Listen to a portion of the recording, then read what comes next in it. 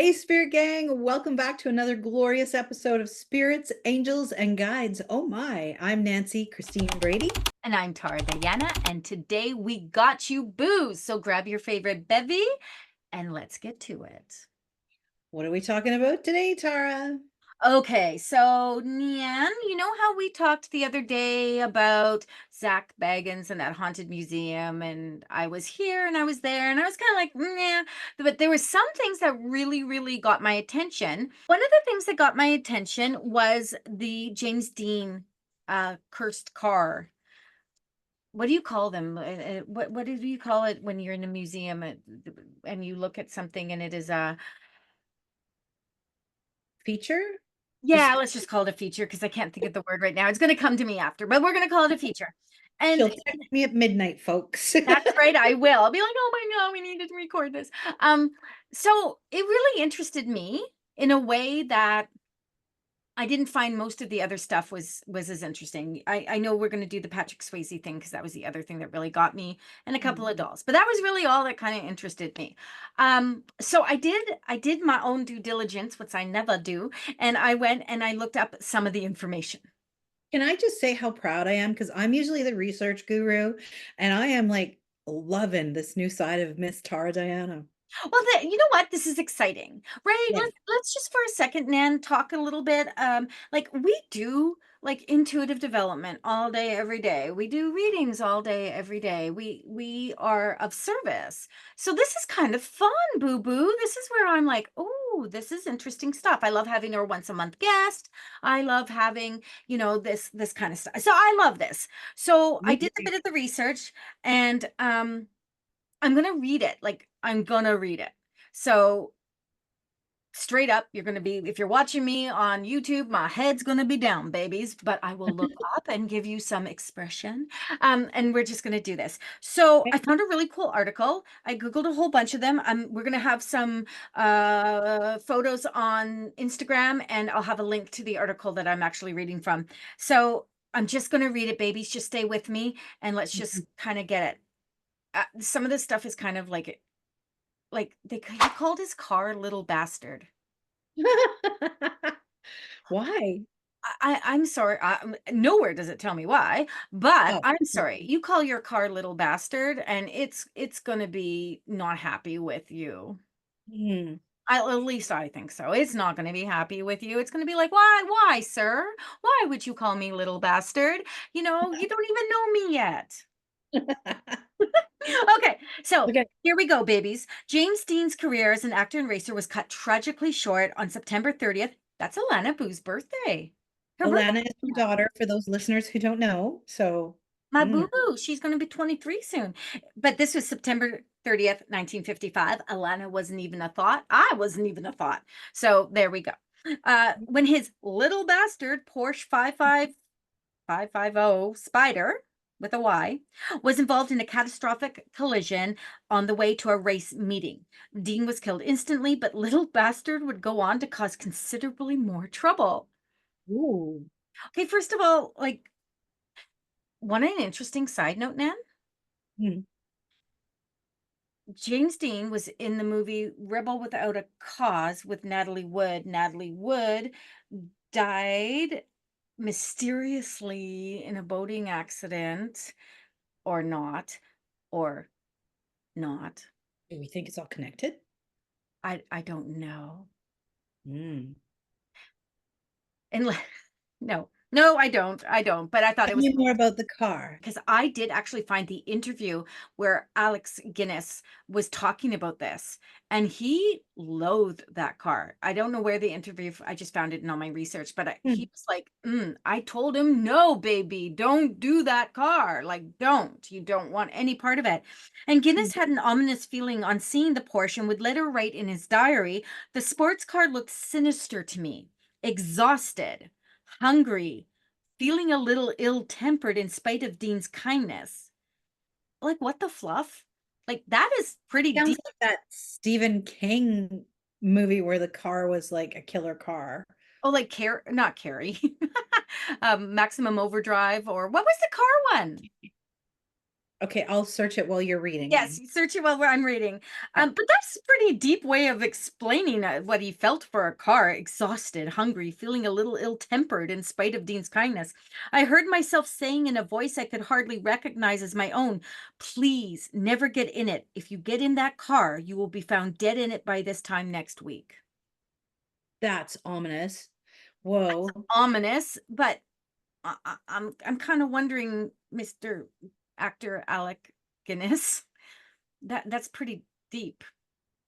And He did he kind of set the energy around the car by saying that? You know how you can like talk positive about something and there's a positive outcome, but if you talk negative, then suddenly there's like a horrible negative association and outcome attached to it. And side note, it was called Christine, the book that Ah, gave it. that's it. I said Carrie. That was Firestarter or whatever. Yeah. Um, Yeah. so let's talk about that for just a second, Nan Boo Boo. You're right, though. You can only be cursed if you believe you're cursed, Hmm. right? And they say this car is cursed. So, like that's some negative energy going on there for So sure. like, why do they say it's cursed? Because I'm going to tell you. Are you ready? I'm ready. Okay. Dean left it off and set about preparing the car for the Salinas sports car races with his Porsche mechanic, Rolf Witherich. Now, we're just going to call him Ralph, okay? Okay. That Okay, seems easier. that's much easier. Enlisting stuntman Bill Hickman to help out, the original plan was to tow little bastard to the races, but Rolf felt it would be better for Dean to get used to the Spider and run the engine in. On that fateful Friday, Rolf sat next to Dean while Hickman followed with his truck and trailer. Police pulled over the convoy and issued a pair of speeding tickets just outside Bakersfield, but it didn't slow Dean down one bit. I don't know Hmm. why I needed to put emphasis on that. And it Now really they're gonna does go it. the way you put the emphasis, because then I'm holding on to the edge of my seat, waiting. Okay, You might ready? know. Yeah, Here we okay. go, boo boo.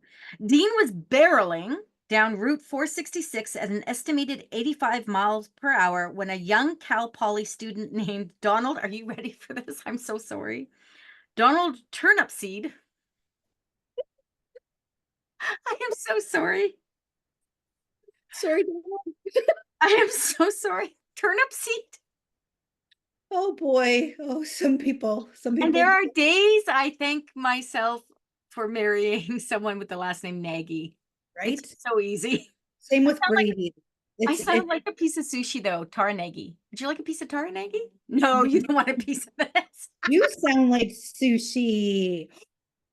Wow. Okay, I'm never gonna unsee that. Or Okay, so Donald Turnipseed was driving a Ford Tudor, decided to make a sudden turn onto Route 41. The impact sent the Ford almost 40 feet down the road and ejected Rolf from the Porsche. Dean oh, was pronounced dead on arrival at the Paso Robles War Memorial Hospital at 6:20 p.m. It doesn't actually say what happened to good old Rolf there, so I don't know. Despite being declared a total loss by the insurance company, the car was sold off and would continue to cause carnage wherever it went, or even parts of it went. This is where it gets cursed because now you're gonna like, Alec Guinness, what did you do? jeez. There's I'm some just, Alec, I'm just kidding, boo boo. I know you didn't do anything.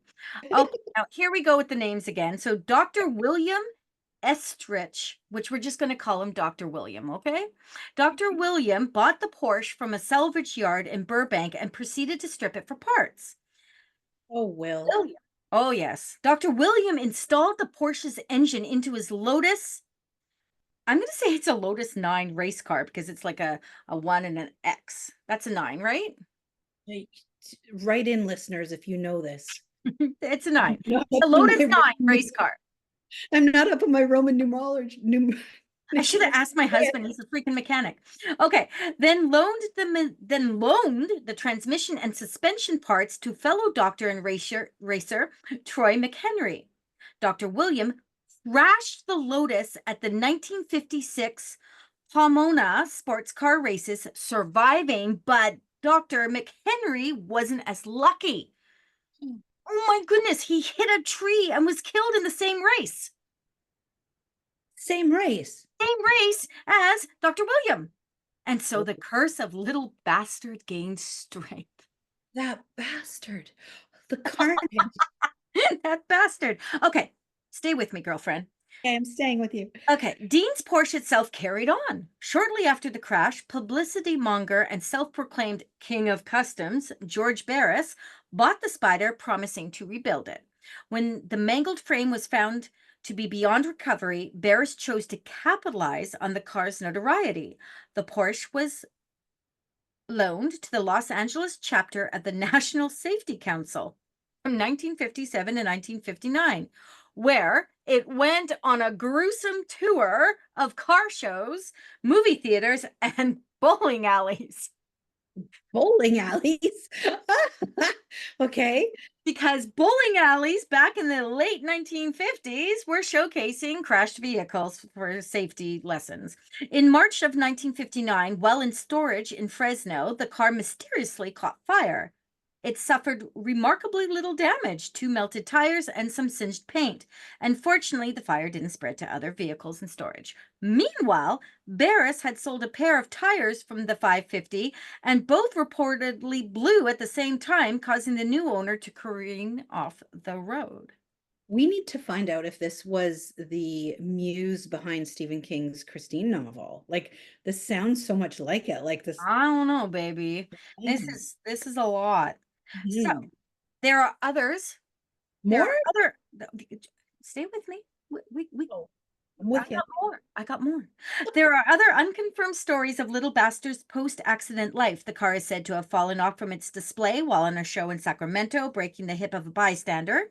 The Spider also reportedly fell on and killed George Barkis, the driver who transported it to a road safety expo. Actually, Zach Bagans talks about that part, that it like rolled off and rolled over the guy when it was coming off Oh the my gosh. yeah. Finally, the Porsche is rumored to have disappeared from a sealed boxcar in 1960 while en route from Miami to Los Angeles, some believing that Barris, ever the showman, fabricated that story as a way of keeping the car's mystique alive.